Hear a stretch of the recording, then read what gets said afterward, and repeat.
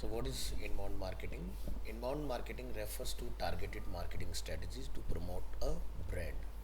Some of these strategies are social media marketing, SEO, sending out newsletters, and writing blogs. Inbound marketing is a faster way of reaching out to customers. देखिए, अब इसमें हम लोग SEO के बारे में जानते हैं, एसईओ क्या होता है, कितना इंपॉर्टेंट रोल प्ले करता है. सोशल मीडिया मार्केटिंग अभी हमारा स्टार्ट होगा, बट ऑलरेडी आप अवेयर हैं इस चीज़ से कि जब भी आप कोई कंटेंट विजिट करते हैं, फीड वगैरह देखते हैं, इंस्टाग्राम हो या फिर फेसबुक हो, तो आप क्या देखते हैं, कुछ कंटेंट होगा जो किसी ने पोस्ट किया होगा, उसके बाद में कोई ना कोई स्पॉन्सर ऐड आपको देखने के लिए मिल जाता है. न्यूज़लेटर्स डेली आप जब अपना जीमेल लॉगिन करते हैं तो आप देखते हैं 10-15 ईमेल आपको न्यूज़लेटर के फॉर्म में अवेलेबल होते हैं, जहाँ पर वो डिपेंड करता है कि किस तरह के प्लेटफॉर्म्स आपको रिसीव, जैसे कि फ़्लिपकार्ट हो सकता है. हमने फ़्लिपकार्ट पे कोई प्रोडक्ट कार्ट में ऐड किया बट हमने उसको ऑर्डर प्लेस नहीं किया, उससे रिलेटेड हो सकता है. या मे भी हो सकता है फ़्लिपकार्ट अपना कोई अपकमिंग ऑफर्स या जो भी उनकी डील आने वाली है उसके बारे में आपको इन्फॉर्म करना चाह रहे हो. इस तरह का उसको बोलते हैं अवेयरनेस. ठीक है, तो अलग अलग तरह के पर्पस के लिए ईमेल मार्केटिंग की जाती है. ठीक है, राइटिंग ब्लॉग्स. अब राइटिंग ब्लॉग्स अपनी साइट के लिए भी हो सकता है या फिर गेस्ट पोस्टिंग भी हो सकता है. गेस्ट पोस्टिंग मीन्स कि भाई हम अपने वेबसाइट के बारे में किसी और वेबसाइट पर जाके कुछ लिख कर आ रहे हैं, जैसे कि हेल्थियंस हो गया, मीडियम प्लेटफॉर्म हो गया. तो इन पे क्या होता है, जैसे कि मीडियम, तो ये एक प्लेटफॉर्म है जहाँ पर आप अपनी स्टोरी वगैरह जाके लिख कर आ सकते हैं, अपना अकाउंट वगैरह आप यहाँ पर क्रिएट कर सकते हैं. ठीक है, इसमें हर तरह का इन्फॉर्मेशन आपको मिलेगा, चाहे वो टैक्स से रिलेटेड हो, हेल्थ से रिलेटेड हो, हर चीज़ से रिलेटेड. ठीक है, तो मतलब एक कॉमन प्लेटफॉर्म है ब्लॉगिंग के लिए. इसी तरह से आपको एक और प्लेटफॉर्म मिलता है हेल्थियंस. इसमें सिर्फ हेल्थ से रिलेटेड आप जो है अपने ब्लॉगिंग वगैरह कर सकते हैं प्लेटफॉर्म के ऊपर. वैसे अपना अपने एक प्लेटफॉर्म है और इसके अंदर आपको ब्लॉगिंग वाला सेक्शन मिल जाता है. इसी तरह से जैसे एक और प्लेटफॉर्म आता है प्रैक्टो.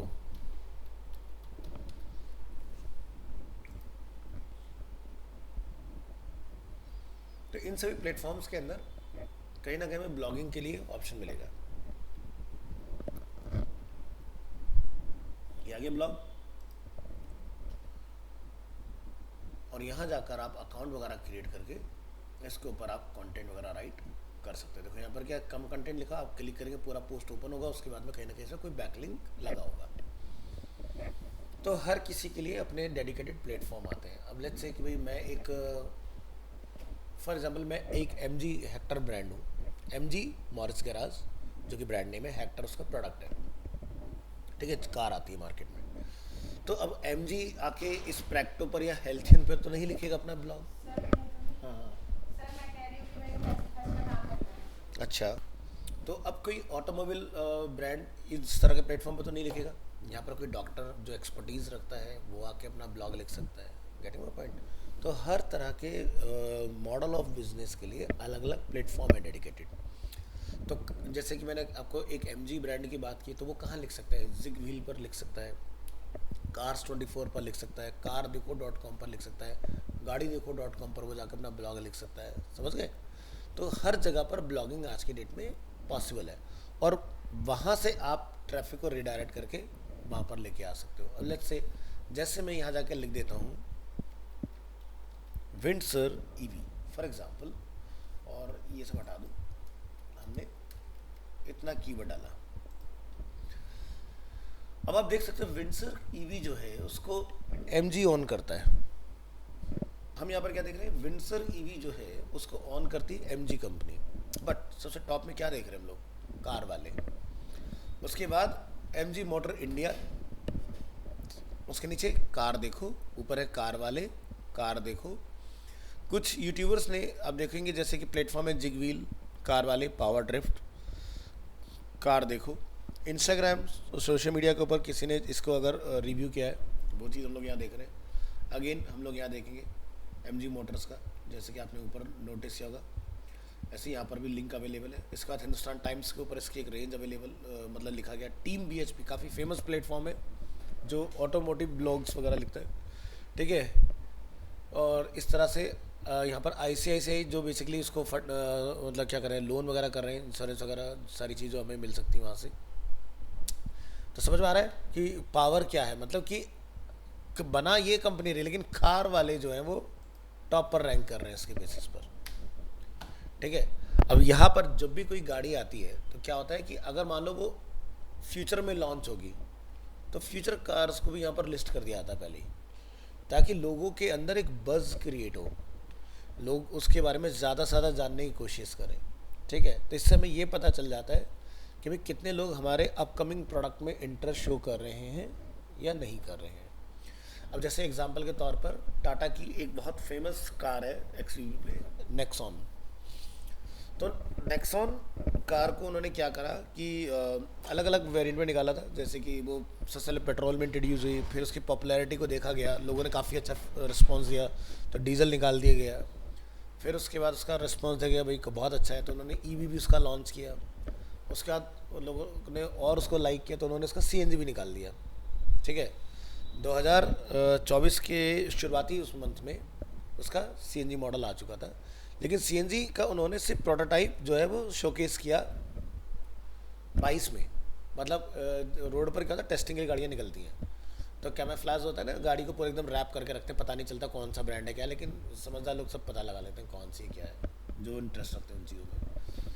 तो नेक्सॉन का हमें पता चला कि सीएनजी का ट्रायल चल रहा है, और लेकिन उसको कहीं भी डिस्प्ले नहीं किया गया था अभी तक। फिर उसके बाद ऑटो एक्सपो हुआ और वहाँ पर उन्होंने पहली बार गाड़ी को दिखाया। ठीक है, नेक्सॉन सीएनजी को। उसके बाद भी उन्होंने 6 महीने तक कोई नहीं किया, शोरूम पर गाड़ी को नहीं डाला। अब उन्होंने यहाँ पर देखा लोग कितना सर्च कर रहे हैं नेक्सॉन ईवी उसको, सीएनजी को। जब देखा कि यहाँ मार्केट पूरा एकदम वेट कर रहा है एग्रेसिवली, इतनी बना के रखी थी, धाड़ से लॉन्च की और छा गई मार्केट के अंदर एक झटके में, फटाफट एडवांस बुकिंग, पेमेंट लो, गाड़ी दो। तो आजकल ये ट्रेंड चल रहा है। तो जैसे ये ट्रेंड कहाँ से है, 2014 से चाइनीज़ मार्केट से। फ्लिपकार्ट यहाँ एक प्लेटफॉर्म था ई कॉमर्स का, MI, शाओमी, वीवो, ओप्पो, ये सब फ़ोन यहाँ पे कैसे चले, इन प्लेटफॉर्म के थ्रू। फ्लैश सेल निकलती थी 10 मिनट की। ठीक है, और सब लोग एक बार में फ़ोन बुक कर लिया करते थे, खरीद लिया करते थे ऐसे। अब दुकान पे अगर आप पहुँचाओगे पूरा स्टॉक, इतना उतना लोग खरीदें ना खरीदें। ठीक है, क्योंकि जो चीज़ इजीली अवेलेबल होती है उसकी कोई वैल्यू नहीं होती, जो चीज़ मुश्किल से अवेलेबल होती है उसी की वैल्यू होती है। तो 15 मिनट की सेल में चाहे किसी का मन है या नहीं, लेकिन हर बंदा कूदता था उसमें और लेके निकलता था फ़ोन वहाँ से। ये होता, तो ये सब ऐसा होता है कि भाई डिमांड को पीछे बढ़ाओ और पीछे होल्ड करके रखो चीज़ों को। अब जैसे एग्जांपल के तौर पर अब अगर हम लोग पाकिस्तान का देखें तो ऐसा तो है नहीं कि वहाँ की गवर्नमेंट के पास खाने पीने के लिए नहीं होगा, होगा सब, लेकिन हर किसी को क्या होता है ना, पैसा कमाने की आदत होती है। तो उन्होंने क्या कर रखा होगा, कहीं पर रिजर्व कर रखा होगा। अब वो जब लोग कहते हैं भाई जी हम इतना पे करने के लिए तैयार हैं, ठीक है दे दो, पैसा मिल रहा है ना। तो इस तरह से चीज़ होती है, स्टॉक करके रख ली जाती हैं जो बिजनेसमैन्स होते हैं। तो वैसे ही कुछ ये है एग्जांपल। तो यहाँ पर क्या है, ये प्लेटफॉर्म हो गया, कार देखो हो गया, ये सब क्या करते हैं, अपने पास इन्फॉर्मेशन को लिस्ट करते हैं, क्योंकि सबसे ज़्यादा लोग यहीं सर्च करते हैं, क्योंकि वेबसाइट से अच्छा एक्सपीरियंस यहाँ पर है। मैं यहाँ पर वन गो में इसका ऑन रोड प्राइस चेक कर सकता हूँ कि भाई अगर मैं इसको ऑन रोड लेकर आता हूँ तो इसका क्या खर्चा आएगा। ठीक है, तो आप देख रहे हो शोरूम प्राइस कितना है, एक तरह से मोटा मोटी देखा जाए 14 लाख रुपए। गाड़ी का रजिस्ट्रेशन फीस कितना है, 1470 रुपये मात्र। ठीक है, तो आप यहाँ से अपना जगह भी चेंज कर सकते हो भी, जैसे मैंने यहाँ जाके बोला भाई गाज़ियाबाद। ठीक है, तो यहाँ के हिसाब से प्राइस अलग है, बॉम्बे के हिसाब से अलग है, दिल्ली चूज़ करोगे अलग मिल जाएगा। ठीक है, BH सीरीज़ में जाएंगे तो अलग कॉस्ट है, इंडिविजुअल में जाते हैं तो अलग। BH मतलब भारत सीरीज़ होती है, कुछ कार्स के पीछे BH लिखा होता है, DL या UP की जगह, मतलब उसको पैन इंडिया कहीं भी चला सकते हो, पूरे इंडिया का टैक्स आपने वन गो में पे कर दिया। मतलब आपको फिर बाद में जैसे एक स्टेट से दूसरे स्टेट में ट्रांसफ़र कराने की ज़रूरत नहीं होती। इस तरह से आपके पास बेनिफिट्स आ जाते हैं। अब यहाँ जैसे आप देखोगे इंश्योरेंस, ये कंपनी कह रही है हमसे लोगों तो इतने का है, लेकिन पॉलिसी बाजार कह रहा है कि 20,000 रुपये सस्ता हो सकता है और। ठीक है, इस तरह से अलग अलग चार्जेस हैं। अब इसी में इनका एक मॉडल आता है रेंटेड। रेंटेड के अंदर देख रहे हो और कॉस्ट कम हो गई, मात्र 10,57,900 के अंदर गाड़ी घर लेके आ सकते हो। ठीक है, अब रेंटल का मतलब क्या हुआ इसमें कि भाई ये कह रहे हैं कि जिसका बजट नहीं है लेकिन ईवी ऑन करनी है तो बैटरी जो है रेंट पर ले लो हमसे। यानी कि आपको बैटरी का हर महीने एक एक्स अमाउंट पे करना पड़ेगा। कितना होता है? 5250 रुपीज़। अगर हम लोग देखें भाई, अगर मैं यहाँ से वन गो में खरीद रहा हूँ उसको, तो कॉस्ट कितनी आती है? 14,98,206 माइनस, मैंने बोला रेंटल में अगर मैं जाता हूँ तो मेरी कॉस्ट आ जाती है 10,57,900। यानी कि मैं जो गाड़ी घर लेके आ रहा हूँ 4,40,000 रुपये मुझे कम पे करने पड़ रहे हैं। ठीक है, अगर आप फाइनेंस करा तो आपका पैसा बच गया इतना।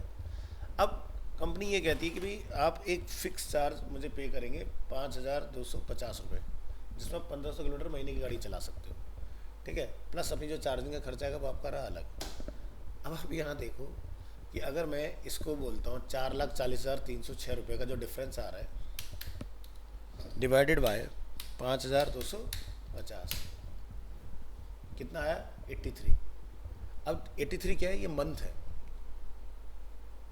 अगर मैं इतना अमाउंट अब आज ना पे करके अगर मैं 5,250 हर महीने पे करता हूँ तो मुझे 83 मंथ में ये अमाउंट पे बैक करना पड़ेगा। 12 सत्ते 84, 7 साल। तो आप 7 साल के जो पैसे इकट्ठे दे के आने वाले हो कंपनी को, वो आप 7 साल के पैसे धीरे धीरे हर महीने में दे रहे हो। इससे फ़ायदा क्या हुआ? आपकी बैटरी हमेशा वारंटी में रही, आपकी पॉकेट पे लोड नहीं आया, आपको फील भी नहीं हुआ। क्योंकि अगर आप पेट्रोल, जैसे मैं पेट्रोल गाड़ी चलाता हूँ तो मेरा 17-18 हज़ार रुपये का फ्यूल डल जाता है। ठीक है, अब मेरे जैसे बंदा अगर ईवी में स्विच करता है 5,250। ठीक है, उसकी एग्जांपल के लिए अगर मैं गणित इसका समझाऊँ आपको, तो जैसे इसकी रेंज होती है 300 ऐसी 12 या कुछ ऐसे किलोमीटर होती है। मैं कहता हूँ चलो 250 किलोमीटर पकड़ के चलते हैं। ठीक है, कि भाई हम बहुत रफ एंड टफ चलाते हैं, तो इसको जो चार्ज होने में यूनिट जाते हैं, अगर हम यहाँ इसको अगर समझें तो मैक्सिमम 40 यूनिट लेती है ये बैटरी। 40 मल्टीप्लाई 6.5, कितना खर्च आया? 260 रुपये। 260 रुपये में गाड़ी की बैटरी फुल हो गई। और ये सोचो कि मैं कहता हूँ कि मैंने चलो 5 बार भी चार्ज की, 1,300 रुपये खर्च आया। गाड़ी कितनी है? मतलब 312 की उसकी रेंज है। मैं कहता चलो 260 भी देगी बहुत रफ एंड टफ चलाने पर। 260 मल्टीप्लाई 5, ठीक है, 1,300 प्लस 5,250। अब भी मैं फ़ायदे में हूँ ईवी लेने के बाद, क्योंकि मैंने रेंटल भी पे कर दिया, मैंने गाड़ी भी चार्ज कर ली, 1,500 किलोमीटर मैंने चला भी ली। खर्चा कितना आया? All inclusive. तो ये है इसका मैथमेटिक्स।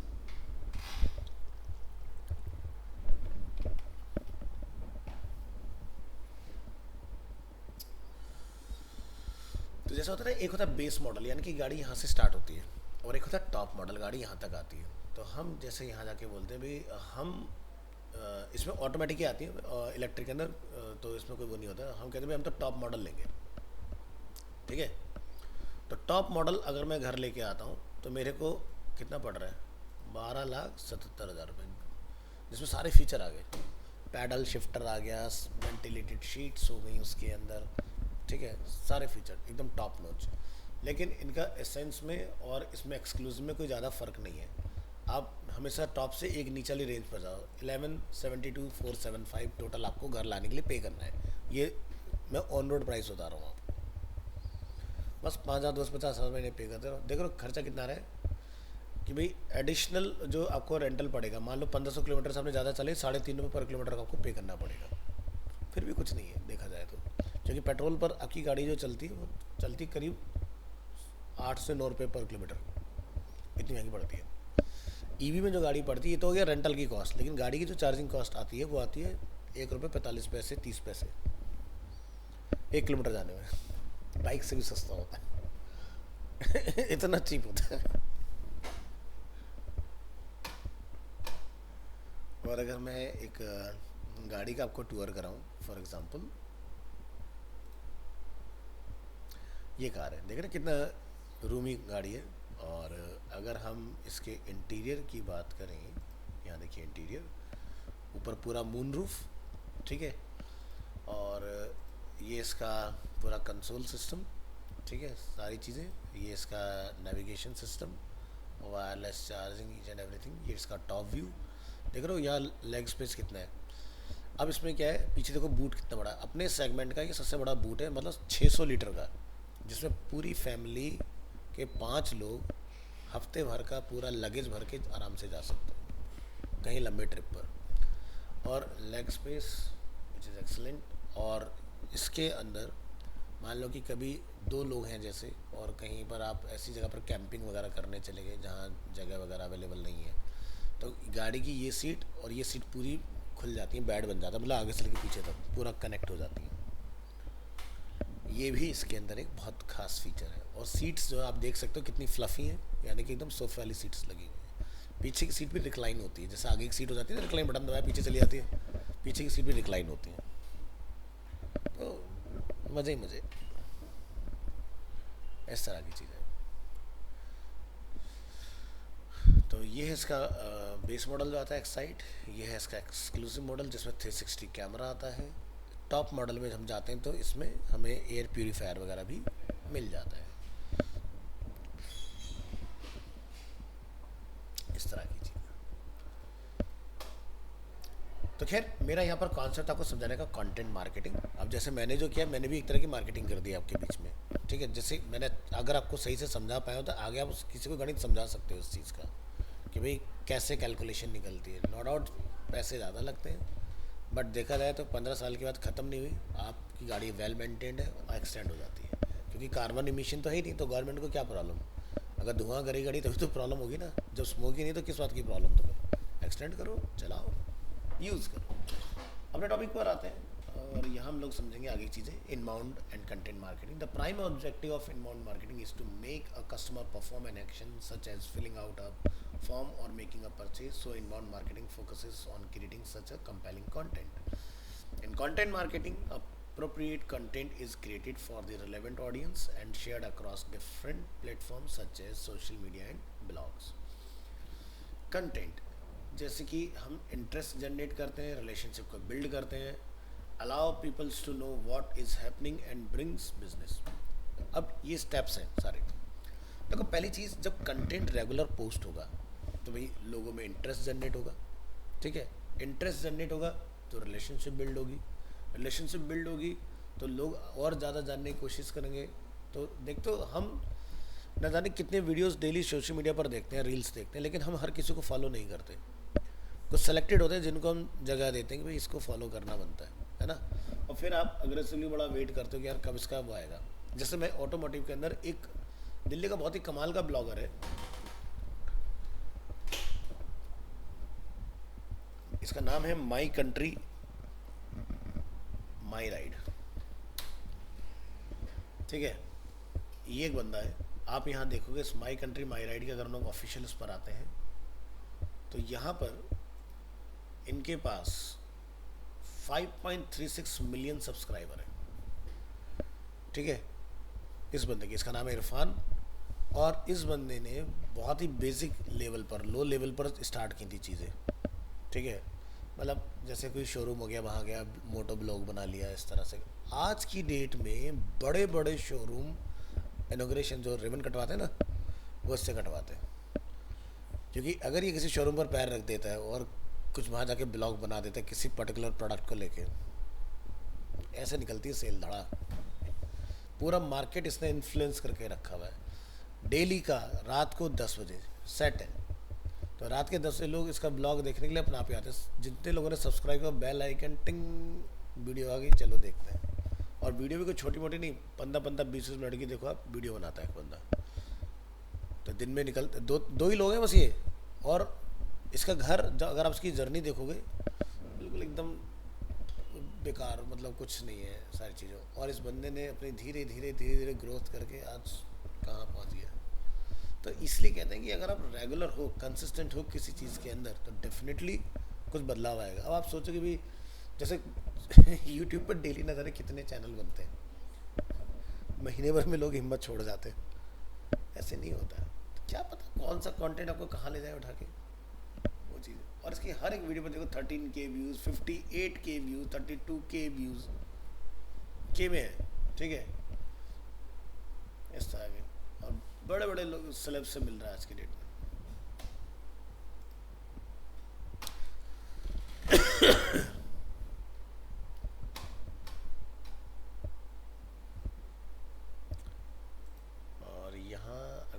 पाए।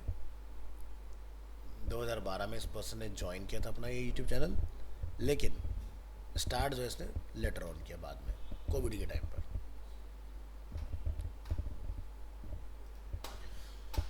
ठीक है, तो बहुत ज़रूरी होता है रेगुलर कंटेंट को पोस्ट करना। जैसे कि मैं एक एग्जांपल दिखाऊं अपना, यहाँ पर ये हमारी साइट है, एक वास्तु से रिलेटेड है, और यहाँ रेगुलर कंटेंट आता रहता है और पुराना कंटेंट रिप्लेस होता रहता है ऑटोमेटिकली। ठीक है, तो फीड आती रहती है डेली, जो कि वास्तु से, एस्ट्रो से रिलेटेड होती हैं। अब ना करते करते इनके भी आई थिंक 500 प्लस हो गए होंगे इनके भी।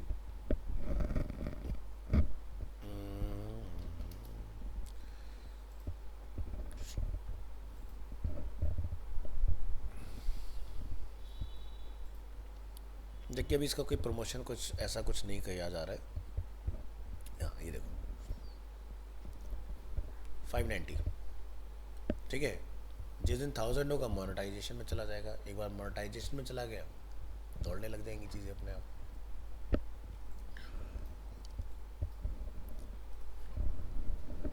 समझ आया? कंटेंट हमेशा किंग रहता है, क्योंकि कंटेंट रेगुलर अपडेट होता है।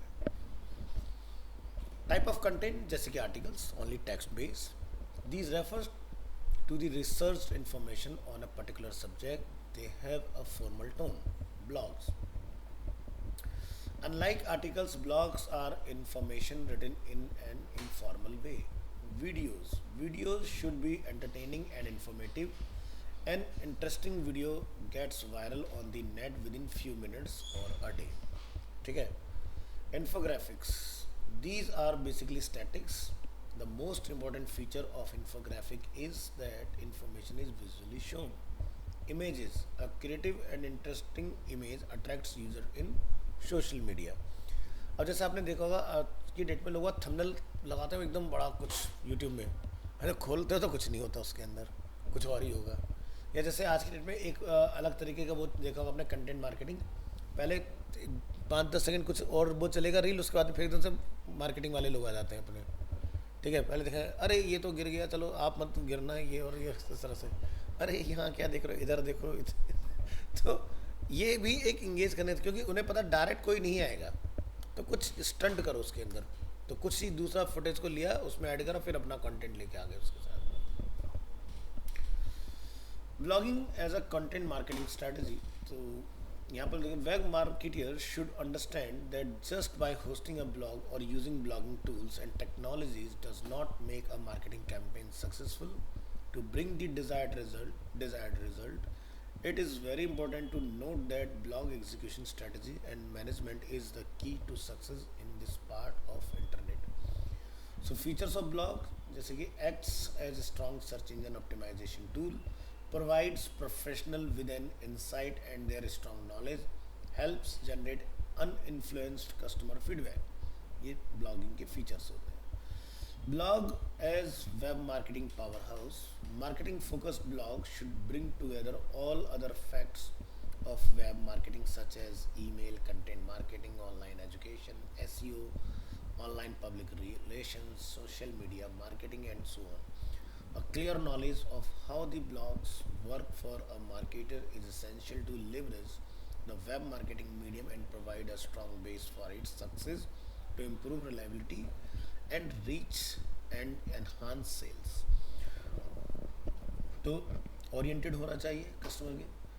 अब बात करते हैं ब्लॉग्स वर्क किस तरह से करते हैं। The technical mode of blogging tools make it possible for bloggers to easily organize the content, enabling to create a robust user experience. A well-moderate, professionally managed blog effectively creates relationship, communicates relevant information, enhances visibility, and leverages the sales figure. Customer always look for POV, जिसको बोलते हैं point of view.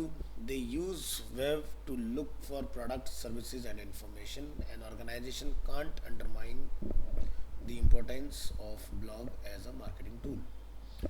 अब जैसे दो तरह की sites होती हैं, फ्री ब्लॉगिंग साइट्स, ठीक है।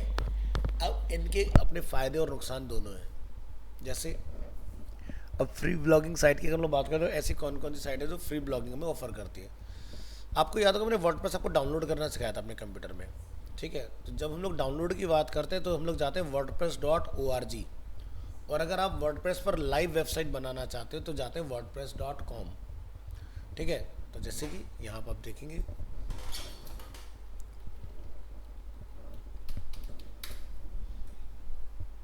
और यहाँ जाके आप डायरेक्ट अपना ब्लॉग क्रिएट कर सकते हैं, लेकिन उस केस में जो भी आपका नाम होगा तो क्या हो जाएगा, जैसे livastu.wordpress.com, ठीक है। जैसे हमने बनाया था इन्फिनिटी फ्री पर, तो पूरा नाम हमारा नहीं होता, उसमें दूसरे का नाम भी होता है, ठीक है। जैसे arenapb.hyperphp.com, तो hyperphp is a main site, arenapb is a सब डोमेन। तो ऐसे केस में क्या होता है, ये साइट्स जो होती हैं, जैसे मेरा एक ब्लॉग है,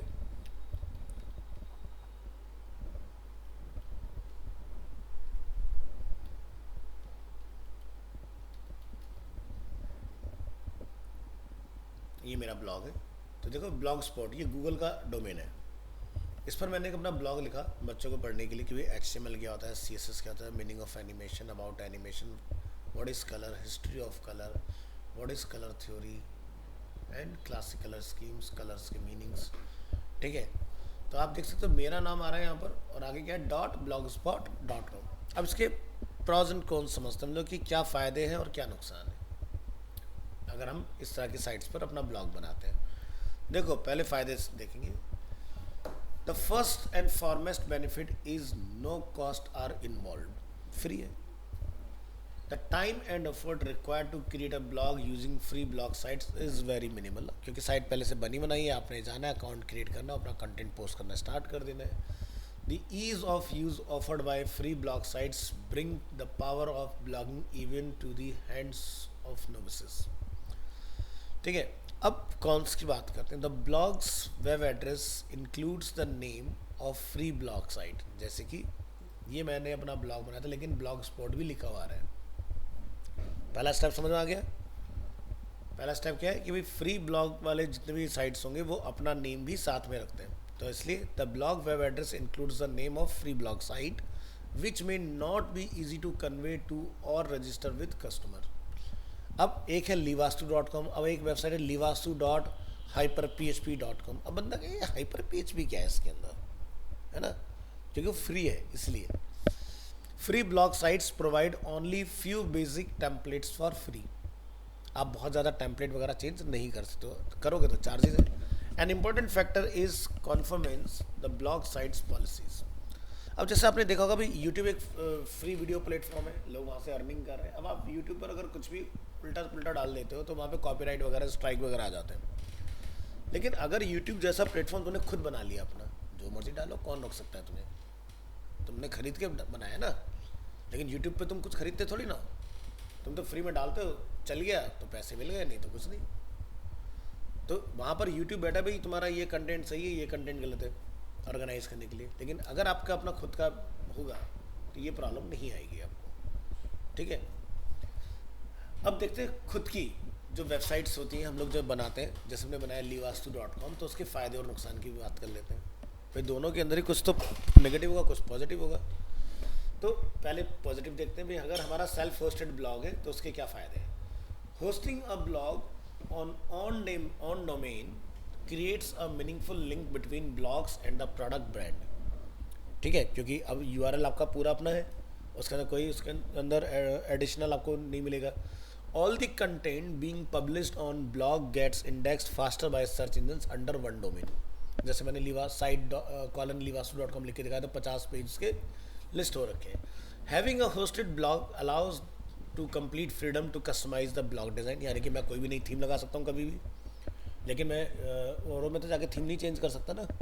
लेकिन मेरा पर्सनल तो मेरी मर्जी, मैं कभी भी थीम चेंज कर सकता हूँ। वर्डप्रेस मैंने आपको सिखाया हुआ है।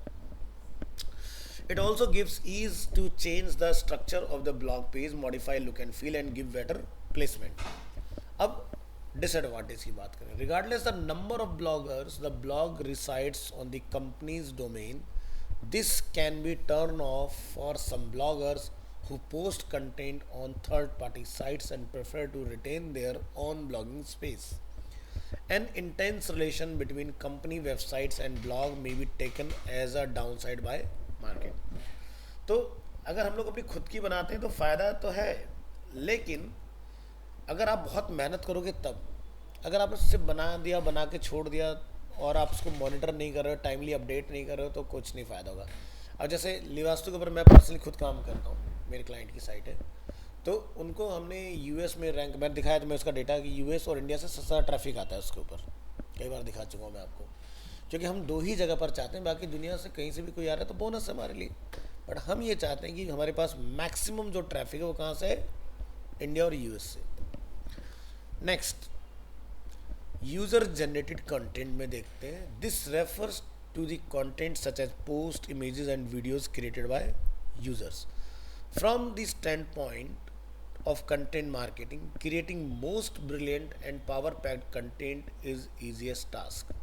Almost across all industries, user generated content holds larger influence on both user and search engine. देखो यहाँ पर क्लियरली मेंशन है user generated content, not AI generated content. AI generated content अगर आप डालते हो तो उसकी बिल्कुल लैंग्वेज होगी वो पता चल जाती है, लेकिन अगर एक ह्यूमन इंटेंडेड कंटेंट अगर आपने लिखा होगा तो उस पर आपको ज़्यादा अच्छा माइलेज मिलेगा। तो इसी वजह से कुछ ना एआई के ऊपर बॉट्स बने ह्यूमनाइड करने के लिए, जैसे कि क्विल बॉट करके आता है जो मैटर को आपके ह्यूमनाइज करता है। क्योंकि अब जैसे चैट जीपीटी बहुत टिपिकल लैंग्वेज में लिख देता है, उसका लोगों को मतलब ही नहीं पता, चाहे भले से भी इंग्लिश जानता इंग्लिश स्पीकिंग करता हो बहुत ज़बरदस्त बंदा, लेकिन वो उस तरह का नहीं करता, क्योंकि हमने इंग्लिश में एक पढ़ा था एंटोनियम एंड सिनोनियम्स। एक शब्द के बहुत सारे वर्ड और हो सकते हैं जिसमें हम लोग उस बात को रख सकते हैं, तो किसी को हो सकता है वो पता हो, किसी को हो सकता है ना पता हो, है ना। तो हमें यूज़र जनरेटेड कंटेंट में इस चीज़ का ध्यान रखना है, ऐसे शब्दों का चुनाव करना है अपने सेंटेंसेस के अंदर जो सभी लोगों के बीच में सबसे ज़्यादा पॉपुलर हो, ना कि ऐसे कि बंदा लेके ऑक्सफोर्ड की डिक्शनरी खोल के ढूंढ रहा है भाई इसका क्या मतलब है, या गूगल पे जाके सर्च कर भाई इसका क्या मतलब हुआ, है ना।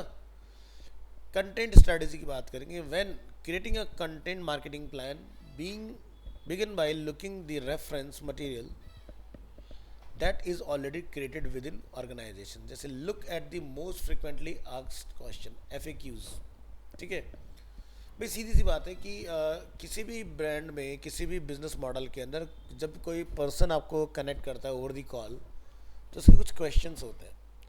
जैसे एग्जांपल तौर पर आप फ्लिपकार्ट से सामान खरीदते हो, भाई आपकी रिटर्न एंड एक्सचेंज पॉलिसीज़ क्या है, ठीक है। अगर मेरा प्रोडक्ट मिसमैच डिलीवर हुआ तो उस केस में क्या होगा, ठीक है। तो ये क्या हुआ FAQs। तो इसके लिए आपको कस्टमर केयर में फ़ोन घुमाने की ज़रूरत नहीं है, आप पढ़ लो, उसमें सब लिखा होगा पहले से ही। तो FAQs ज़रूर होना चाहिए और आपके हर एक सर्विस से रिलेटेड होना चाहिए।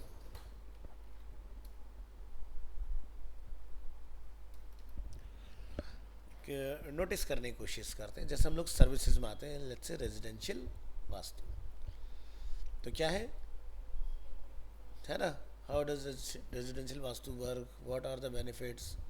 इसी तरह से अगर हम लोग किसी और में आते हैं कमर्शियल वास्तु के अंदर, तो हमने हर जगह लोगों के जो जनरल डाउट्स होते हैं उनको हमने यहाँ पर टारगेट किया, भाई वो आए और देखें इस चीज़ को। तो मैं अपने वेबसाइट क्यों दिखा रहा हूँ, क्योंकि भी मेरा वेबसाइट SEO फ्रेंडली ऑलरेडी बना हुआ है, ताकि आप लाइव एग्जांपल से समझें उस चीज़ को, समझ आया। FAQs, look at the material that customer use to find quick resolutions to their problem, probably user manual। अब जैसे एक वेबसाइट है, चलो मैं MG का एक एग्जांपल ले लेता हूँ, हमने शायद बंद कर दी है या खुली है, आई डोंट नो। चलो मैंने लिखा लेट्स से विंसर EV और मैं यहाँ आता हूँ, तो क्या लिखा रहा है, विंसर मैनुअल लिखा रहा है। या जैसे अगर मैं अरीना की वेबसाइट पे अगर ट्रैफिक लेके आता हूँ, तो वो बंदा वेबसाइट देखने के बाद में पर्टिकुलर कोर्स का क्या देखना चाहेगा, ब्रोशर। तो ये चीज़, तो ये इस तरह की डाउनलोडेबल चीज़ें होना बहुत ज़रूरी है। क्या लिखा रहा है, तो CTA होगा ना, तभी तो काम बनेगा, कॉल टू एक्शन। अब भाई मेरे को ये समझ में आया, मैंने डाउनलोड कर लिया, भाई ऐसा कुछ गाड़ी का लुक एंड फील है, आपको अंदर बैठ के बिल्कुल ऐसा फील होगा बिजनेस क्लास वाला, क्योंकि गाड़ी पूरी रूमी है एकदम ज़बरदस्त, सारी चीज़ें हैं यहाँ पर, ठीक है। तो जितने भी फीचर है सब उन्होंने यहाँ पर अपने हाईलाइट कर दिए इसके अंदर, नहीं। तो कॉन्सेप्ट समझ में आया इस वाली लाइन का मतलब। तो यूज़र मैनुअल मतलब आपका ब्रोशर जो होता है, ठीक है, या प्रोडक्ट मैनुअल कि भाई मान लो कि भाई मैंने कोई प्रोडक्ट है जो घर पे लाके असेंबल करके हम लोग उसको यूज़ कर सकते हैं। वो एक डिसमेंटल फॉर्म में मेरे पास डिलीवर होता है, लेकिन साथ में क्या होता है, यूज़र मैनुअल होता है। भाई इसको असेंबल कैसे करना है, क्या इसकी गाइडलाइन है। जैसे अगर आप टीवी खरीदोगे तो टीवी के साथ में एक पुस्तक आती है अंदर, इंस्टॉलेशन गाइड, ठीक है। उसके बेसिस पर ही आप उसको इंस्टॉल करते हो, लेकिन जब एक्सपर्ट आता है वो उसको देखता भी नहीं, क्योंकि उसका दिन रात का काम है, डेली लगा रहे हैं। कहते हटाओ एक तरफ, पढ़ लिया 2-3 के अंदर बहुत है, सीधे लगाएंगे।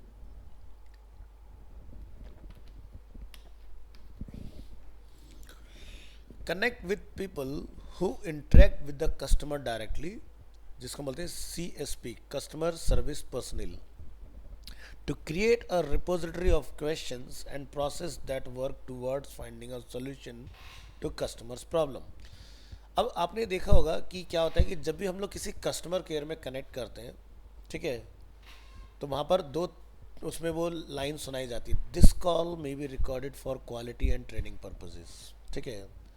आपकी कॉल रिकॉर्ड की जा रही है फॉर क्वालिटी एंड गुणवत्ता हेतु, ठीक है। अब इससे क्या होता है कि भाई मान लीजिए अगर वो रिकॉर्ड ना करें तो जो ये FAQs हैं वो कैसे आएंगे, नहीं पता चलेंगे ना। तो आप जैसे आप सेल्स सपोर्ट में हैं फॉर एग्जांपल, और मैं एक एंड यूज़र हूँ, मैं कॉल करता हूँ किसी कंपनी को XYZ, वहाँ पर आप एक पर्सन है, रिप्रेजेंटेटिव है, जो आप कॉल पिक कर रहे हैं कस्टमर सपोर्ट के अंदर, ठीक है। तो हमारी जो भी बातचीत होगी उसको एक लाइन पर रिकॉर्ड किया जा रहा होगा। इससे क्या होगा कि बाद में जैसे यहाँ पर कल को मेरे पास 20 लोग रिक्रूट होते हैं जो सेल्स सपोर्ट में आ रहे हैं, तो मैं उनके सामने वो केस स्टडी रखूँ, देखो इस तरह के अगर क्वेश्चंस आपके सामने आते हैं और एक पर्सन उसको मेरे यहाँ से बहुत अच्छे से डील नहीं कर पाया है, या हो सकता है एक पर्सन ने उस क्वेश्चन को बहुत अच्छे से डील किया, तो सीखने वाली चीज़ के, या अगर वो नहीं कर पाया तो मुझे क्या सिखाना है, तो इसलिए रिकॉर्ड की जाती है। अब ये सब चीज़ें एक ज़माने से चलती आ रही थी, कॉल रिकॉर्डिंग वाला फीचर, ठीक है। अब क्या हुआ, मशीन लर्निंग जब इंट्रोड्यूस हुआ तो उन्होंने मशीन लर्निंग को सारी रिकॉर्डिंग्स दे दी कि भाई ये सारी रिकॉर्डिंग सुनो, ठीक है। अब मशीन क्या होता है, फोटोग्राफिक मेमोरी होती है, भाई देख लिया अब ख़त्म बात। जैसे हमने एक मूवी देखी थी, साउथ की एक मूवी आई थी चिट्टी 2.0, तो वो किताब लेता है मेडिकल की, ऐसे करता है स्कैन, ऐसे करता है स्कैन, तो कहते पढ़ लिया, हाँ पढ़ लिया, ठीक है। तो जैसे एक मूवी आई थी अजय देवगन की, बड़ी कमाल की थी, रनवे नंबर 34, आई थिंक ये 35 थी, मुझे याद नहीं एग्जैक्ट, मैं देख लेता हूँ। रनवे 34 2022 में अजय देवगन की बहुत कमाल मूवी आई है, ठीक है। एक बार आप देखना, ये एयर क्रैश इन्वेस्टिगेशन के ऊपर एक मूवी है, ठीक है।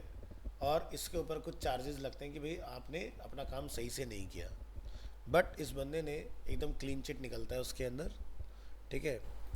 और इस बंदे ने क्या बोला कि भाई मेरी जो मेमोरी है ना वो फोटोग्राफिक मेमोरी, मैं एक बार जो देख लेता हूँ मुझे देखने की दोबारा ज़रूरत नहीं है उस चीज़ को। तो जब भी कोई फ्लाइट कैप्टन जब निकलता है अपने एयरपोर्ट से एक प्लेन को लेकर टैक्सी लेन से होते हुए रनवे तक, तो उसको एक मैनुअल दिया जाता है, भाई जिस रूट पर आप जा रहे हो वहाँ की वेदर फोरकास्ट क्या है, ठीक है। वेदर फोरकास्ट मतलब भविष्यवाणी, मतलब कि आपको ये बता दिया गया कि आपका मान लो दिल्ली से दुबई अगर आप जा रहे हो तो मौसम क्या रहेगा, कब बदलेगा, तो आप उसी हिसाब से अपना रूट प्लान करो, उसी हिसाब से अपना फ्यूल वगैरह बैकअप में लेके चलते हो, ठीक है। इस तरह के, और कई बार वेदर एक ऐसी चीज़ है कि जिस पर किसी का कोई कंट्रोल नहीं है, ऑल ऑफ सडन भी चेंज हो सकता है, इस तरह की चीज़ें भी होती हैं। तो समझ गए ना। तो आज की डेट में हर एक जगह पर क्या होता है, आपका CSP, कस्टमर सर्विस पर्सनल, ठीक है। भाई हम आपकी सेल्स रिप्रेजेंटेटिव से बात करा देते हैं, ठीक है। सेल्स रिप्रेजेंटेटिव हैंडल नहीं कर पाता तो मैं आपकी सीनियर से बात करा देता हूँ, लेकिन वो सारा प्रोसेस रिकॉर्डेड उसमें रहता है, सो दैट कि हम लोग सीखें उस चीज़ से बार बार कि भाई ऐसी चीज़ के साथ कैसे टैकल करना है। समरी खैर की आपको पता ही, ऑलरेडी हम लोग इसके बारे में पढ़ चुके हैं।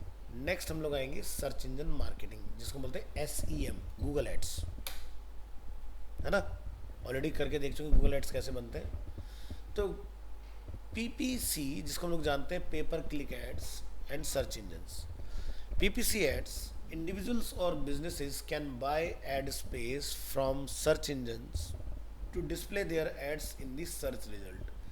These sponsor ads appear along with the natural or organic search result. The search engine is then paid every time a user click the ad. अब मान लीजिए कि भाई एक पर्सन है, उसने कोई कीवर्ड सर्च किया, उस पर कोई उसको रिजल्ट दिखा, तो मैंने आपको बता दिया टॉप 4 जो पोजीशन होती है वो रिजर्व किसके लिए रहती है, स्पॉन्सर ऐड के लिए। अगर आपका कोई वो कीवर्ड किसी बिजनेस को बिलोंग करता है जो कि फिजिकल फॉर्म में, तो फिर लोकल एसईओ भी आपको मिलेगा उसका। देन उसके बाद आपको ऑर्गेनिक लिंक्स दिखाई देंगे वहाँ पर जो एसईओ से आते हैं। So you should keep following points in light when choosing keywords for a web marketing campaign। जैसे कि पहला क्या है, फोकस ऑन गुड फ्रेज, यानी कि जो हम लोग लाइन प्लान कर रहे हैं जिसके ऊपर आप चाहते हैं मेरा ऐड डिस्प्ले हो, वो लाइन बहुत बढ़िया होनी चाहिए। ठीक है। Avoid vanity keyword. ठीक है, जैसे आज के डेट में हम कुछ भी बात बोलते हैं, लोग उसके दो मतलब निकाल लेते हैं, एक अच्छा और एक दूसरे वे में ले जाते हैं चीज़ों को। ठीक है, फिर हंसते रहेंगे। वैसे ही सोशल सर्च इंजन के केस में भी होता है कि भाई लेट्स से मुझे एक शू बाय करना है। ठीक है, अब शूज़ बहुत तरह के होते हैं ना, तो ये क्या हुआ, वैनिटी कीवर्ड। ठीक है, यानी कि भाई फॉर्मल की बात कर रहे हो, कैजुअल की बात कर रहे हो, ट्रैकिंग की बात कर रहे हो, है ना, तो जब तक वो क्लियरिटी नहीं होगी तब तक कोई फ़ायदा नहीं होगा। अभी मैं एक शू मैन्युफैक्चर, लेकिन मैं फॉर्मल शूज़ बनाता हूँ और मैंने शू कीवर्ड के ऊपर ऐड चला दिया, तो क्या होगा, सबकी भीड़ में मेरा ऐड भी आएगा, लोग क्लिक करेंगे, मेरे पैसे कटेंगे, और उसका जब आएंगे यार ये तो फॉर्मल बना था, मेरे को तो स्पोर्ट्स शूज़ चाहिए था, तो छोड़ गया ना बंदा, तो नुकसान किसका हुआ, मेरा। क्यों? क्योंकि मैंने वैनिटी कीवर्ड्स का इस्तेमाल किया। या जैसे अगर मैं इंस्टीट्यूट का एग्जांपल लूँ, मैंने क्या लिया, एनिमेशन, एक कीवर्ड। एनिमेशन बहुत तरह के होते हैं, किस तरह के एनिमेशन की आप बात करें, 2D 3D classical animation, pose to pose animation, कौन सा वाला animation, animation VFX, animation gaming, क्या। तो अगेन क्या हुआ, वैनिटी कीवर्ड। फिर क्या आता है, द वैल्यू ऑफ रेपिटेशन। ठीक है, रेपिटेशन बहुत हिसाब से होना चाहिए, बहुत ज़्यादा नहीं होना चाहिए, बहुत कम भी नहीं होना चाहिए। Guiding your content strategy. अब जैसे मैंने आपको एक वेब टाइकून्स वेबसाइट का मैंने एग्जांपल दिया कि उन्होंने अपने वेबसाइट में बहुत स्मार्टली कीवर्ड्स को यूज़ किया, अपने पैराग्राफ वगैरह के अंदर इंटरनल लिंकिंग को भी उन्होंने बहुत स्मार्टली यूज़ किया, सो दैट कि यूज़र क्लिक करके, कहाँ से आवाज़ आ रही है, कहीं बाहर है। तो Google advertising platform provides the following campaign types. जैसे कि सबसे पहला क्या है, search network and display selects. फिर क्या होता है, सर्च नेटवर्क ऑनली। फिर क्या होता है, डिस्प्ले नेटवर्क ऑनली। फिर क्या होता है, शॉपिंग। इस तरह के हम लोग अलग अलग डिफरेंट टाइप्स ऑफ ऐड चला सकते हैं। इंट्रोडक्शन टू गूगल एडवर्ड्स, इसको आज के हम लोग गूगल एड्स के नाम से जानते हैं। Google has its own advertising system called Google Ads. Advertiser use AdWords to show clickable ads in Google search result, pays by bidding on keywords. Advertiser have to pay only when the ads gets clicked। अब मान लीजिए भी मेरा एक add दिखाई दिया किसी को, अगर वो दिख रहा है कोई दिक्कत नहीं है, कोई पैसा आपसे नहीं लिया जाएगा, बट अगर वो क्लिक किया जा रहा है तब आपसे पैसा लिया जाता है। इसको बोलते हैं PPC, पेपर क्लिक। क्लिक होगा तो जाएगा पैसा, नहीं तो कोई पैसा नहीं। समझ गए। मेथड्स टू बिड, एक होता है CPC, एक होता है CPA। ठीक है, एक हुआ कॉस्ट पर क्लिक, दूसरा क्या हुआ CPA, cost per acquisition method. दोनों को समझेंगे। तो सबसे पहले हमें क्या करना था, कीवर्ड को प्लान करना था। गूगल कीवर्ड प्लानर मैं आपको दिखा चुका हूँ। ठीक है, Google also provides a free AdWord tools called keyword planner. This tool provides traffic estimates on a keyword list and guides advertiser in bidding and budgeting। ऐसे ही याहू का भी आता है अपना खुद का एड प्लेटफॉर्म। ठीक है, Yahoo provides innovative and powerful ad solutions. Advertiser can use Yahoo to create the following ads. तो याहू का जेमिनी आता है, जैसे गूगल ने जेमिनी नाम कर दिया ना अपना AI का, तो याहू का जेमिनी प्लेटफॉर्म है, जैसे गूगल का गूगल एड्स आता है। इसमें हम लोग क्या क्या कर सकते हैं, Yahoo Gemini native ads, audience ads and premium ads. अब an effective search ad is based on the best keyword list and several other checks. The following describe them. Ad text should be based on the keyword. यानी कि जो आप keyword ले रहे हो और जो आपके ऐड का टेक्स्ट है दोनों मैच करने चाहिए। जैसे कि हमने पढ़ा कि भाई जो आपने टाइटल में लिखा वही डिस्क्रिप्शन में होना चाहिए, वही वेबसाइट के पहले पैराग्राफ में होना चाहिए। वैसा landing page should be what the ad text is. ये नहीं कि भाई मैंने 2D एनिमेशन के ऊपर 3D एनिमेशन का पेज खोल दिया। भाई बंदे ने 2D सर्च किया अगर गूगल में तो 2D का टेक्स्ट लिखा रहा है, लेकिन क्लिक करने पर 3D का खुल रहा है, वो गलत हो जाता है। Highlight the product services or offer such as free shipping. ठीक है, तो जब तक आप ऐसा कुछ ऑफर नहीं करोगे तब तक लोग अट्रैक्ट नहीं होते। ठीक है, जैसे एग्जांपल के तौर पर कुछ दिखाता हूँ आपको। एथिक्स वाटर कंडीशनर,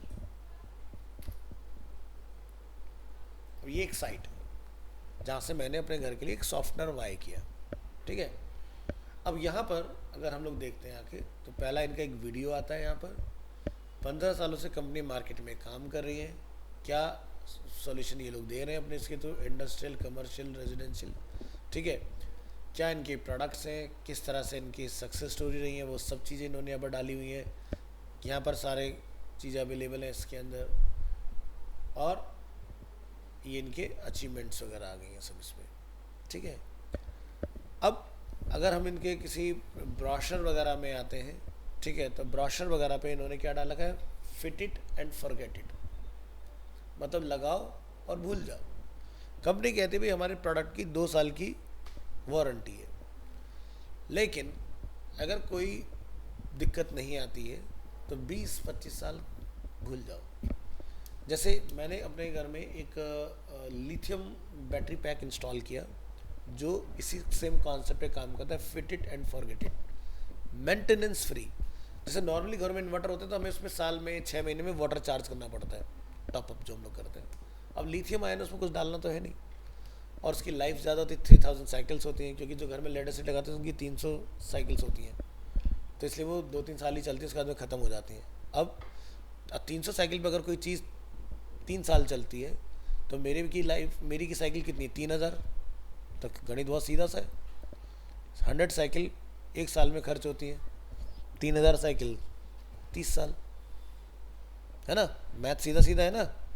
तो fit it and forget it, यानी कि कहावत है ना, दादा ले पोता व्रत तो बात खत्म हो गई। भाई मैंने अपनी जवानी में लगाई, मेरे बेटे को अपनी जवानी में जाकर चेंज करनी पड़ेगी उसको। ठीक है, ऐसा कुछ एग्जाम्पल। तो पहली चीज़ कि जब भी हम कोई चीज़ बना रहे हैं इस तरह से तो उसके अंदर कैची चीज़ें होना बहुत ज़रूरी है। अब अगर आप फ्लिपकार्ट से कोई सामान लेने जाते हो, अगर वहाँ पर शिपिंग फ्री ना हो तो आप उस तरह के प्रोडक्ट को छोड़ देते हो, आप खासकर उसी प्रोडक्ट को ढूंढते हो जिस पे शिपिंग फ्री हो।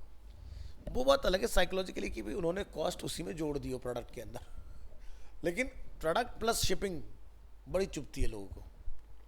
ठीक है, अब जैसे एग्जांपल के तौर पर ज़ेप्टो की केस स्टडी बताता हूँ आपको। ज़ेप्टो की केस स्टडी क्या है कि भाई वो कहते हैं कि आप हमसे 9 रुपये का पास ले लो और आपकी डिलीवरी फ्री है। ठीक है, सिर्फ 9 रुपये का पास लो, पूरे महीने अनलिमिटेड डिलीवरी फ्री। कंडीशन क्या है, 100 रुपये से ऊपर का सामान होना चाहिए। अब इतना तो बंदा मंगाता ही है। अब ये क्या करते हैं, जो ये इस तरह की मेंबरशिप खरीद लेते हैं, डिलीवरी तो फ्री होती है, लेकिन जो 6 मिनट का गेम है ना वो नहीं एप्लीकेबल होता। फिर वो 15 मिनट भी में आ सकता है, 20 मिनट में आ सकता है, 30 मिनट में भी आ सकता है। क्योंकि पहली उनकी फर्स्ट अप्रोच वो होती है जो 30 रुपये उनको 100 रुपये के ऊपर पे कर रहे हैं। भाई सीधी सी बात है, अगर आप एक बिजनेस पर्सन हो तो आपको एक बंदा 100 रुपये का सामान मंगा रहा है, 30 रुपये डिलीवरी आपको पे कर रहा है, तो आप उसको पहले दोगे ना। अब जैसे एग्जांपल के तौर पर डोमिनोज़ में जाओ, डोमिनोज़ में जाकर आप एक पिज़्ज़ा ऑर्डर करो और काउंटडाउन लगा लेना। ठीक है, अगर संडे जैसा डे है तब नोटिस करना आपका पिज़्ज़ा जो होता है ना 30 मिनट से पहले नहीं आता आपके टेबल पर, जबकि आप वहीं पर हो, वहीं बैठे उसके आउटलेट में। उसको वहाँ मैंने ऑर्डर प्लेस किया, उसने ओवन में लगाना है पिज़्ज़ा बनाकर और मेरे टेबल तक डिलीवर करना है। लेकिन आप क्या देख रहे होंगे, वहाँ से बहुत सारे लोग पिज़्ज़ा ले लेके निकल रहे होंगे, बाहर जा रहे होंगे डिलीवरी बॉय, लेकिन तुम्हारा नहीं आ रहा होगा। फिर तुम इरिटेट हो उठते, भैया बना, वो कहते जी बस आने वाला है। क्यों? क्योंकि उन्हें पता है भी मेरा जो एरिया है जहाँ पर मैं लोगों को अकोमोडेट कर रहा हूँ, बैठा रहा हूँ, यहाँ बहुत ज़्यादा लोग नहीं बैठ सकते। मेरा जो मास है वो कहाँ है, जो ऑनलाइन ऑर्डर प्लेस कर रहा है, जो डिलीवर करा रहा है अपने घर पर।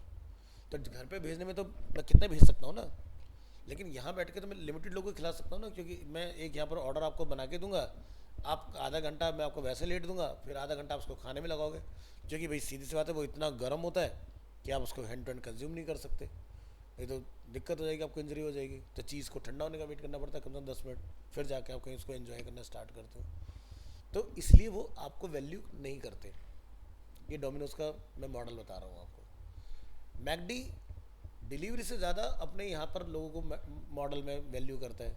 उसे पता है भाई नीड और स्पीड का सीधा सा गेम है, 5 मिनट के अंदर मैं एक पर्सन को उसका ऑर्डर दे सकता हूँ। भाई आप जाइए, जी सर आप बताएं क्या लेंगे, जी 1 McVeggie and cold drink और फ्राइज़ वगैरह, ठीक है सर ये इतना हो गया, आपने पे किया, सर इधर आ जाइए, हाँ जी आप बताइए, इतना मैं उसका दूसरे का ऑर्डर बन प्लेस भी नहीं होगा, पेमेंट भी नहीं होगा, इतने में ले जी आ गया, जाओ अपना बैठो खाओ और निकलो। समझ गए? तो हर बिजनेस का अपना एक मॉडल होता है कि वो कैसे फंक्शन करता है। तो वही चीज़ हम लोग यहाँ पर देख रहे हैं कि जो प्रेजेंटेशन हम लोग आपके सामने दिखा रहे हैं उसमें क्या लिखा है, highlight the product services or offers such as free shipping, this is example, ठीक है, फ्री डाउनलोड, ठीक है। तो इस तरह की चीज़ आपकी वेबसाइट में होनी चाहिए जहाँ पर लोग इंगेज हों। अब आप हर चीज़ के पीछे दिमाग लगाने लग जाओ, ठीक है ये डाउनलोड तो हो जाएगा लेकिन पहले अपना डेटा दे दो, ठीक है। तो सीधी सी बात है, या तो फिर तुम्हारा कंटेंट इतना इंपॉर्टेंट हो कि बंदा तुम्हें अपनी डिटेल दे जाए कि भाई उसका उसके बिना काम नहीं चलेगा। और अगर आपको लग रहा है कि भाई आपकी कोई आपके जैसे तुर्रम का और भी बहुत सारे बैठे हुए हैं, तो कोई तुम्हें डेटा दे के नहीं जाने वाला है उस केस में। Allow customer to decide by including exclusives price and promotions. अब जैसे क्या होता है, लेट्स से एक प्रोडक्ट है जिसकी 10-15 दिन में लॉन्चिंग है, तो वो बस पहले क्रिएट कर देंगे और वहाँ पर लिख देंगे नोटिफाई मी, ठीक है। तो ये वही चीज़ है, allow customer to decide by including exclusive price and promotions. तो अगर कोई आपका ऑफर आता है तो वहाँ पर वो कहते हैं सब्सक्राइब कर लो, जैसे कुछ होगा प्राइस अप या डाउन तो वहाँ से आपको पता चल जाएगा। जैसे एग्जांपल आपको बताता हूँ, अगर आप ई कॉमर्स से शॉपिंग करते हो, एक वेबसाइट है वेरी अमेजिंग, प्राइस हिस्ट्री, इस वेबसाइट की बात करते हैं। अब ये वेबसाइट का फ़ायदा क्या है, ये प्राइस ट्रैक कर लेता है सभी प्लेटफॉर्म से, बस आपको यहाँ लाके लिंक डालना है। लेट्स से flipkart.com, मैं यहाँ पर मोबाइल फ़ोन्स में आ जाता हूँ। मैंने एप्पल का फ़ोन चूज़ किया, ये 14 है, 16 है, मैंने जस्ट 16 ले लिया। 16 का जो लॉन्चिंग प्राइस था वो था 7,999, बट एज ऑफ नाउ ये है 74,900 का। बट हो सकता है जब से ये लास्ट ईयर सितंबर में इंट्रोड्यूस हुआ तब से लेकर टिल डेट तक इसका प्राइस इससे भी नीचे गया हो। अगर गया है तो मुझे बताओ। तो मैंने यहाँ से लिया लिंक और मैं इस लिंक को प्राइस हिस्ट्री में लाके ड्रॉप कर देता हूँ और मैं बोलता हूँ सर्च। तो इसने मुझे बताया कि ये लिस्ट हुआ था 79,900 में, एवरेज प्राइस करा 75,621 और ये लोवेस्ट गया था 69,499 तक। अब आपको देख के लग रहा हो भाई यार इतना सस्ता गया था तो ले लेना सही था उस टाइम पर। तो यहाँ पर आप ग्राफ देख सकते हैं, ठीक है। ये 27 दिसंबर 2024, 29 दिसंबर 2024 74,900 का हुआ, और 4 जनवरी 2025 को ये था 72,900 का। फिर प्राइस इसका बढ़ा, फिर ये काफ़ी नीचे गया 69,999 15 जनवरी, यानी कि जो हमारा जो रहता है रिपब्लिक वाला जो पीरियड होता है ऑफर्स जो रहे उसमें 15 जनवरी से लेके ये 19 जनवरी तक इसी रेट पर रहा। फिर ये सीधा जंप किया 74,900, फिर ये और नीचे गया यहाँ पर 69,499 31 जैन। तो क्या कर सकते हैं भाई हम, यहाँ पर मुझे लिखा हुआ आ रहा है should you by at this price. यहाँ क्या लिखा रहा है, वेट, इंतज़ार करो, घाई मत करो, नीचे आएगा, ठीक है, तब खरीदना। तो यहाँ लिखा आता है यस। अगर ये पैरामीटर यस पर आता है तब खरीद लो, इससे नीचे नहीं जाने वाला। तो हमें ये पता चला 23 सितंबर से लेके 30 जनवरी के बीच में सबसे कम प्राइस यहाँ था। तो यानी कि अभी जैसे कि हम लोग अप्रैल मंथ में हैं, तो इंतज़ार करो इंडिपेंडेंस डे सेल वगैरह तक का। ऐसे कि अगर आफत नहीं आई है तो इससे भी नीचे जाएगा जो ये प्राइस यहाँ लिखा हुआ है। तो मैं हमेशा अपनी शॉपिंग ऐसे ही करता हूँ भाई। देखो सीधी सी बात है, इंसान कब कटता है? जब वो दिखाता है इस चीज़ को जब बहुत ज़्यादा नीड है। सीधा सा प्रिंसिपल है, मार्केट कैसे चलता है, आप इंटरेस्ट शो करोगे भाई, पता चलना चाहिए बार भाई इसको बहुत ज़्यादा नीड है। अब जैसे मैं अगर अपना एग्जांपल लूँ, मेरी कार को ख़त्म होने में पूरा 1.5 साल है, लेकिन मैंने अपना होमवर्क अभी से चालू कर दिया है ना। मैंने अपना होमवर्क चालू किया, कई लोगों से मिलूंगा तो सभी लोग मुझे अलग अलग हड्डी देंगे कि सर ये ऑफ़र है, ये ऑफ़र है, ये ऑफ़र है। बट मुझे पता ना अभी मुझे नीड है ही नहीं उस चीज़ का। मैं उनको तोड़ने की कोशिश करूँगा, सर और बताओ और बेहतर क्या हो सकता है, और बताओ और बताओ, ठीक है। तो ऐसे डील क्रैक होते हैं। अब तुम बोलोगे जी सर मेरा तो 1 महीने ही बचा है, मैं कहेगा छोड़ो 1 महीने वाला, ये तो अपना भी झक मार के आएगा, क्योंकि जो चला रहा है वो चलाने के लिए लेगा ही लेगा, समझ गए ना। तो हमेशा प्री प्लान्ड। अगर मैं एक स्मार्ट डिसीजन की बात करूं तो मुझे कायदे में इस साल सितंबर तक ले लेनी चाहिए, क्योंकि सितंबर का जो टाइम होता है वो फेस्टिव टाइम स्टार्ट हो चुका होता है, अपना नवरात्रे उत्तरात्रे सब चीज़ें चालू हो जाती हैं। अक्टूबर तो बढ़िया टाइम है, ले डालो, ठीक है। क्योंकि अगला साल जब आएगा तो इन्फ्लेमेशन बढ़ेगा ही बढ़ेगा, सीधी सी चीज़ है। तो ये होती है स्मार्ट प्लानिंग। तो प्लानिंग इज़ वेरी इंपॉर्टेंट। जैसे मैंने बताया था वो क्या नाम था मूवी का, सुपर 30, मैथमेटिक्स। हर चीज़ के पीछे गणित है। अगर वो तुम्हें समझ में आती है तो तुम सही डिसीजन लोगे, अगर तुम्हें समझ नहीं आती तो तुम गलत डिसीजन लोगे, ये चीज़। तो देखो हर चीज़ का समाधान अवेलेबल है आज की डेट में। मैंने देखो तुम्हें लाइव डेमो दिखा दिया एक चीज़ का। अब ऐसी और भी बहुत सारी साइट्स आती हैं जहाँ पर वो आपको ये भी कंपेयर कर देगा कि दूसरे प्लेटफॉर्म पर वो चीज़ अभी अगर जो आप लेने जा रहे हो। अब जैसे क्या होगा, तुम्हें कोई सामान खरीदना, तुम फ्लिपकार्ट चलाओगे, मिंत्रा चलाओगे, अमेज़ॉन चलाओगे, जितनी भी साइट्स होंगी, एक साइट और आती है जो एक ही जगह पर आप लिखो सबके बता दी किस पर कितना रेट चल रहा है, वहीं से जाकर सीधे ले लो। ऐसी भी साइट्स अवेलेबल है। तो बहुत ही अमेजिंग वो है, आप इसको ट्राई कर सकते हैं। ऐसे था प्राइस हिस्ट्री, इस साइट की हम बात करेंगे। यहाँ जाइए, अपने प्रोडक्ट की डिटेल डालिए एंड क्लिक ऑन सर्च। 74,900 ये इंडीड दिखा रहा है अभी, ठीक है। और यहाँ पर आप इसकी ग्राफ्स वगैरह देख सकते हैं। देखो यहाँ भी डेटा बता रहा है 69,499 का लोएस्ट गया है प्रोडक्ट, है ना। और इसी तरह से हम लोग देख सकते हैं बाय हटके, जाइए प्रोडक्ट का लिंक पेस्ट कीजिए। फ्लिपकार्ट, ये देखो नीचे यहाँ पर सब लिखा है था, ठीक है। तो फाउंड 49 मोर प्राइसेस। जैसे कहीं पर ये देखो फ़ोन जो है 7490 का भी मिल रहा है, किस पर मिल रहा है, जियो। विजय सेल्स इसी को जो ऑनलाइन फ्लिपकार्ट महंगा बेच रहा है 72,600 में बेच रहा है। रिलायंस 17,900 में बेच रहा है। एप्पल ये जो एक अपना प्लेटफॉर्म है यहाँ पर आपको मिला है 73,490 का। तो देखो सारे प्राइस आ गए एक ही जगह पर। लेकिन फ्लिपकार्ट, अमेज़ॉन या फिर रिलायंस डिजिटल या फिर एप्पल का जो अपना क्रोमा का जो प्लेटफॉर्म है वहाँ पर ये इस तरह की रेटिंग में लिस्ट हो रखा है। तो देखो एक ही जगह से सारी प्रॉब्लम सॉल्व, 10 जगह जाने जरूरत ही नहीं है, एक ही जगह से देखो सीधे लो अपना ख़त्म का।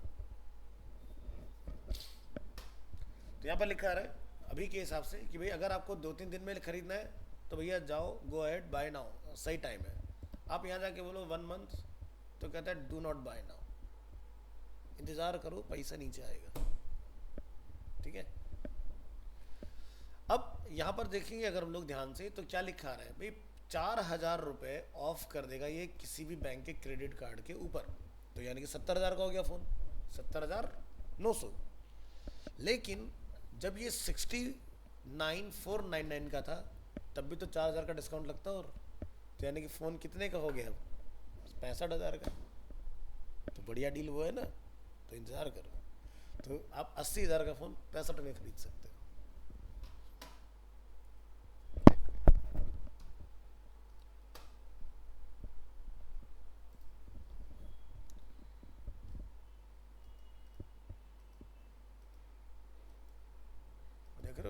इंटरनेट की पावर, नॉलेज। तो सारे प्रैक्टिकल एग्जांपल देख रहे हैं ना हम लोग लाइव, हर चीज़ के ऊपर कितना इम्पोर्टेंट रोल सारी चीज़ें प्ले करती हैं अपनी। नेक्स्ट, ये तो हमने देख लिया। Let customer take actions, create multiple ads for an ad group as usually ad tools, keep rotating the ad and show the best performing ad, avoid editorial mistakes, हम लोग टाइपोग्राफी में लाइन सेंटेंस वगैरह mistake करते हैं, वो नहीं होनी चाहिए in the ad text, and ensure all information displayed should be clear. Remarketing, भाई आपने एक प्रोडक्ट सर्च किया लेकिन लिया नहीं, अब मैं आपको खोजना स्टार्ट करूँगा जहाँ भी आप जाओगे, ठीक है, और उसके बाद आपको वही सारे एड्स दिखने स्टार्ट हो जाएंगे।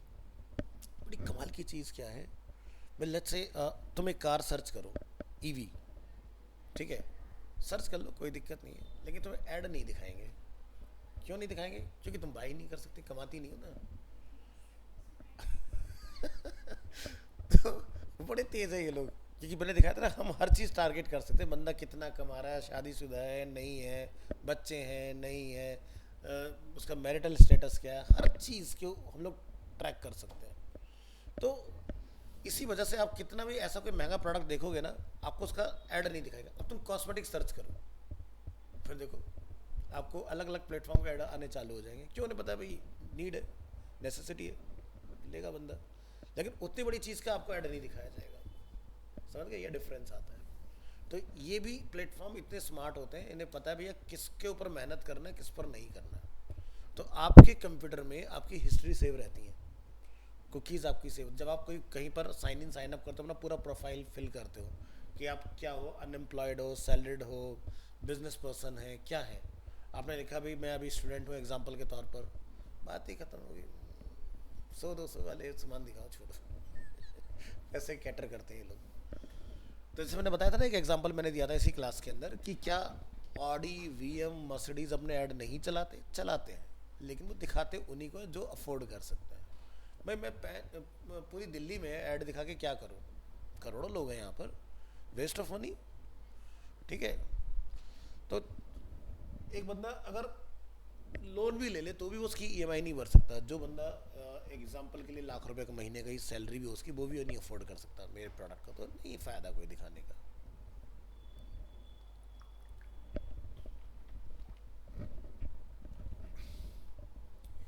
Remarketing is a powerful SEM, search engine marketing activity, used by many professionals, advertisers. It is based on keeping a track of online behavior of users and displaying regular ads to them on other websites. After a user views a few products on an online store and leaves the store without making any purchase, online ads are regularly displayed on the websites that the user visit. These ads display information regarding the product they browsed and urge them to visit the advertiser website again. ठीक है, तो ये हमारा part था आपका search engine marketing. Next class में हम लोग डिस्कस करेंगे creating ads for digital media. आज के लिए